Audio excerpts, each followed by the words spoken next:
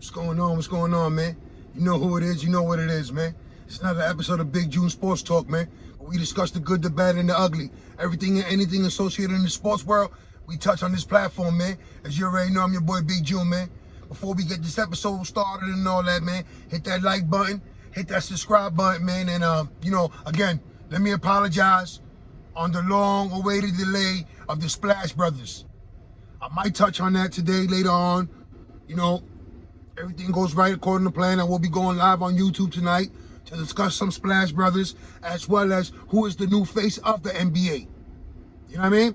And for all my listeners and followers on Spotify and Anchor app and other audio platforms, I want to apologize again because as it looks right now, as I mentioned on other episodes, it doesn't look like your boy Big June is about to touch any audio anytime soon. So, this YouTube platform is what it is right now. I try to work out through the kinks and I try to deal with all the issues and discrepancies I've dealt with over the year and a half when it comes to Anchor app. And I just decided to part ways. It is what it is, but again, I want to gratefully, humbly, sincerely apologize and thank you for the love and support on Anchor app. And sky's the limit, and I'm looking forward to the future and what it has to hold for Big June Sports Talk here on YouTube and other platforms as I get situated and get down to the nitty gritty when it comes down to this platform. You feel me? So with that being said, I always stress, this is like ESPN/Court TV, right? Because we discuss the good, the bad, and the ugly in the sports world. Everything and anything, right? For sports teams, sports players, certain plays, certain, whatever the case might be. Whatever stood out for all the wrong reasons, right? And as you check out the platform, you see some of the episodes I dropped, the Len Bias, Tyler Skaggs, Kyrie Irving, the John Gruden. Basically, I try to touch on stuff that ESPN and other sports networks don't really want to keep talking about. Like once they talk about it one time and they just push it to the side, right? Well, your boy Big June, I do what I do. So, as I mentioned, it's a lot of sports figures that their careers were cut short due to injury, due to activities off the field. On this episode right here, you had a young man coming up, taking the football world by storm as far as the NCAA goes, right? I know you're wondering, who am I talking about? Because that's basically could be anyone, right? In the NCAA. But this episode right here, we're going to talk about Maurice Clarett. So, for the few, or for the people who don't know who Maurice Clarett is, Maurice Clarett was a former running back of the Ohio State Buckeyes, right? And was part of an undefeated season, which led with a national championship. Before I get into all the details, and it ain't really no numbers to him, because when he took that leap to the next level, as far as the NFL, a lot of people know that he flopped. And I'll get into that as well. But I just wanted to discuss certain things right now, right? As I was doing a little research and looking up Maurice Clarett and what took place and transpired during his short, brief career from NCAA to the NFL. You got drugs, you got alcohol, you got bad surroundings. You also have mental health. See now, on the episode that I did on Anchor app, where I discussed the side effects and the cause and effects of CTE. Now, I'm going to look forward, see what I could do, and I'm going to do an episode on YouTube on CTE. But not giving in a built-in excuse or justification for anyone's actions, especially not Maurice Clarett's actions. But that CTE and mental health comes into play in a lot of situations, from Junior Seau to Aaron Hernandez to Chris Henry. These are former NFL players. They're all, two of them took their lives. And Chris Henry died after, you know, riding in the back of a truck. So obviously you can see that some of the choices they were making wasn't obviously the smartest, safest, and brightest. Now, was it? But again, you know, discussing Maurice Clarett and, you know, his brief time in the NCAA to the NFL. So, you know, I wanted to name this episode Running for His Life, because he was a running back. So without further ado, let's get into it, man. Maurice Clarett, born October 29th, 1983. As a freshman in 2002, Clarett led the Ohio State Buckeyes to a national championship, as well as an undefeated season. Big Ten Freshman of the Year, 2002. All Big Ten, 2002.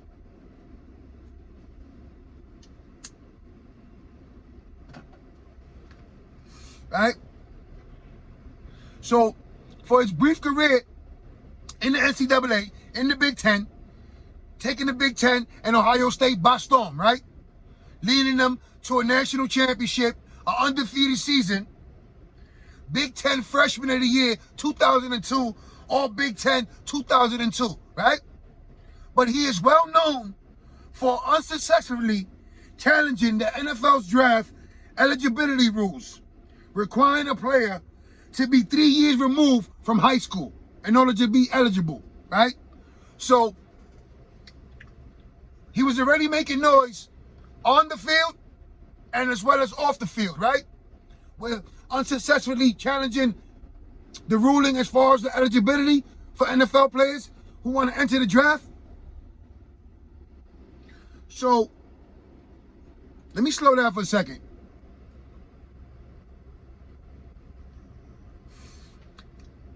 Here you have a young man, highly touted, because if he chose to play for Ohio State, that means a lot of premier powerhouse universities were looking for him as well and offering him scholarships, right?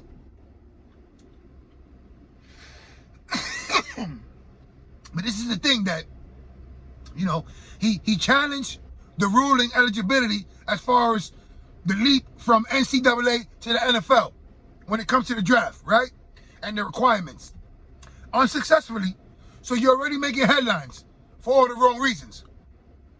But you did lead your program to a national championship and an undefeated season in Ohio State, right?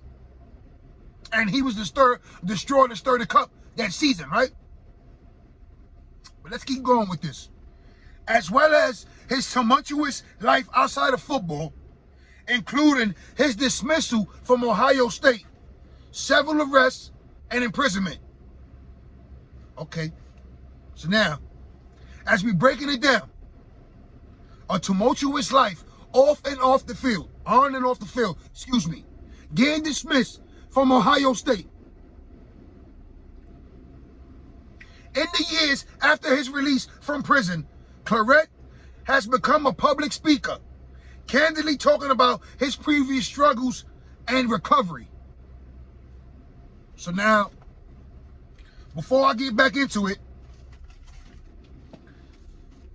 I like to use this word a lot because, you know, I felt that it's synonymous with me and a lot of other people's stories.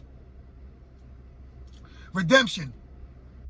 Yes, you know, we all fall, we all make mistakes, but it's how you pick yourself up and how you correct those mistakes and everything that led to that failure. The resiliency in a person. How do they respond when their backs against the wall? When they literally down and out and someone wants to kick them while they down? Right? So, you know, I'll get into that a little more, but let's continue with this story. Later, Clarett founded a behavioral health agency in Youngstown, Ohio. In recent years, Clarett has become an entrepreneur and was appointed to the Youngstown Warren Regional Chamber of Commerce board in February of 2022. So now, Before I detail some of the arrests and the incidents that took place, they shaped everything out for this young man, Maurice Clarett. Let me just repeat what I just mentioned. Later, Clarett found a behavioral health agency in Youngstown, Ohio. In recent years, Clarett has become an entrepreneur and was appointed to the Youngstown Warren Regional Chamber of Commerce Board in 2022 of February. So from getting dismissed from Ohio State, numerous arrests, imprisonment, to becoming a board member of the Youngstown Warren Regional Chamber of Commerce. Remember that word, redemption. But let's continue with this story though. On January 1st, 2006, police announced that Clarett was a person of interest in an armed robbery incident that took place at 1:46 a.m. outside the Opium Lounge Dance Club in Columbus. Allegedly armed with a .45 caliber handgun, Clarett robbed two people, then escaped in a white SUV with two unidentified people in it. Clarett reportedly made off with only a cell phone in the armed robbery. He turned himself in on January 2nd, shortly after 9 p.m., just as Ohio State was beating Notre Dame in the Fiesta Bowl. Right? So that's like adding injury to insult. Should have been on the field with the rest of his teammates in Ohio State taking on the Notre Dame Fighting Irish in the Fiesta Bowl, but instead he was getting booked and arraigned on an armed robbery charge. Clarett was hit with 2 counts of aggravated robbery and was released on $50,000 bail. All right? So let me slow that down for a second. Gets booked and arraigned after turning himself in. At the same time as all this is taking place, his former ball club, the Ohio State Buckeyes, are taking on the Notre Dame, right? The Fighting Irish in the Fiesta Bowl. I mean, if that's not a cruel punishment, then what is? You know, now me having been part of the system so many times, I'm pretty sure that one of these officers had that game on. And it was just a harsh reminder of what could have been. Instead, look what was taking place for this young man at that time. He's being arraigned, already arrested, had him turn himself in, got dismissed from the football team after winning the national championship. Right? But it's more to the story. So let's continue with that, man. In the early morning hours of August 9th, 2006, Clarett was arrested in Columbus after he made an illegal U-turn and led the police on a chase in a sports utility vehicle. So his, I guess his ride of choice when he commits crimes is a sports utility vehicle. But all jokes aside, right? Made an illegal U-turn, led the police on a wild chase. The chase ended after Clarett drove over police spike strip in a nearby restaurant parking lot. Police were forced to secure a cloth around Clarett's mouth after he allegedly spat at the officers. So now, let's slow down for a second. Made an illegal U-turn, caught the police's attention. They decided to pull him over. He has other plans. And this guy, boom, I'm out. Leads them in a wild speed chase in a parking lot of all places. And they set up the spike strip. He goes over it. And he was able to be caught and detained, right? Now, when they say police were forced to secure a cloth around Clarett's mouth after he allegedly spat at the officers. Allegedly. So, you know, can't really tell you if it's truth or not.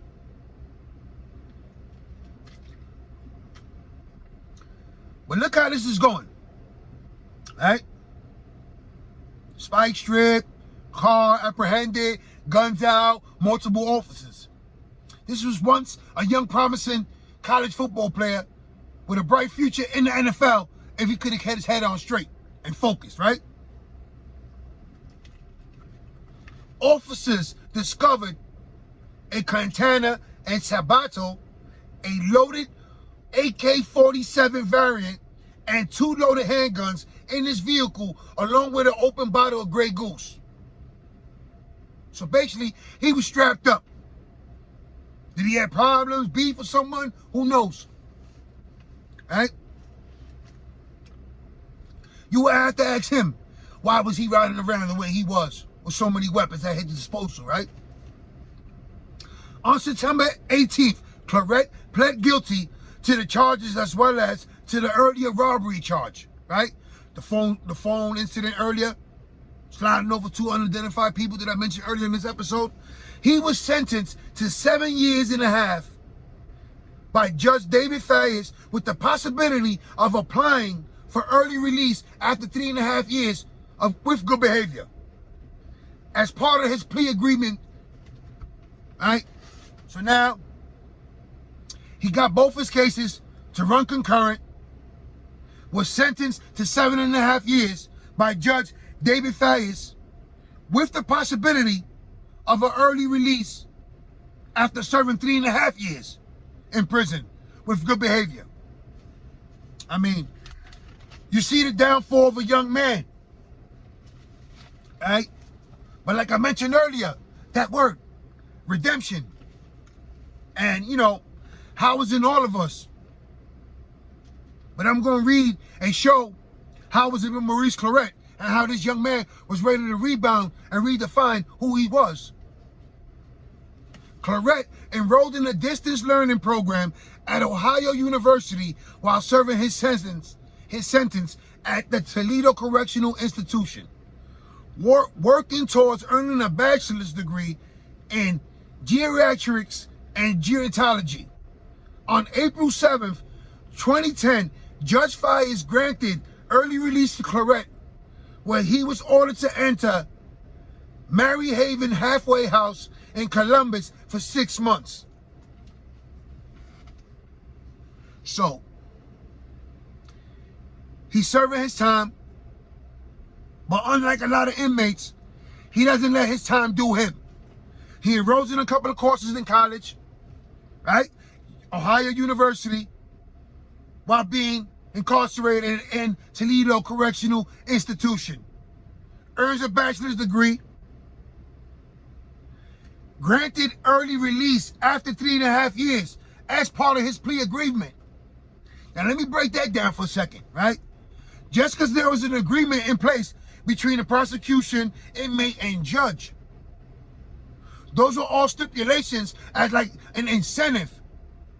If he accomplishes and completes and meets the standards of that board, he will be released earlier, right? So, you know, a lot of people fall for that.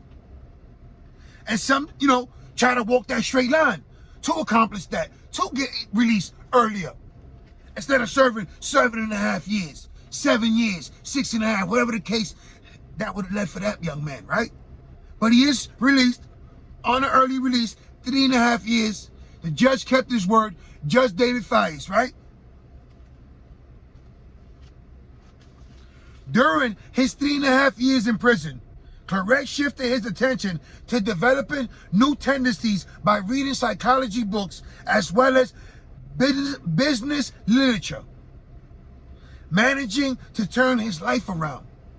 Business literature, as I mentioned earlier, he became an entrepreneur, a public speaker, opening up a mental health agency. So not only did this young man correct his wrongs, but stood by his morals 10 toes down.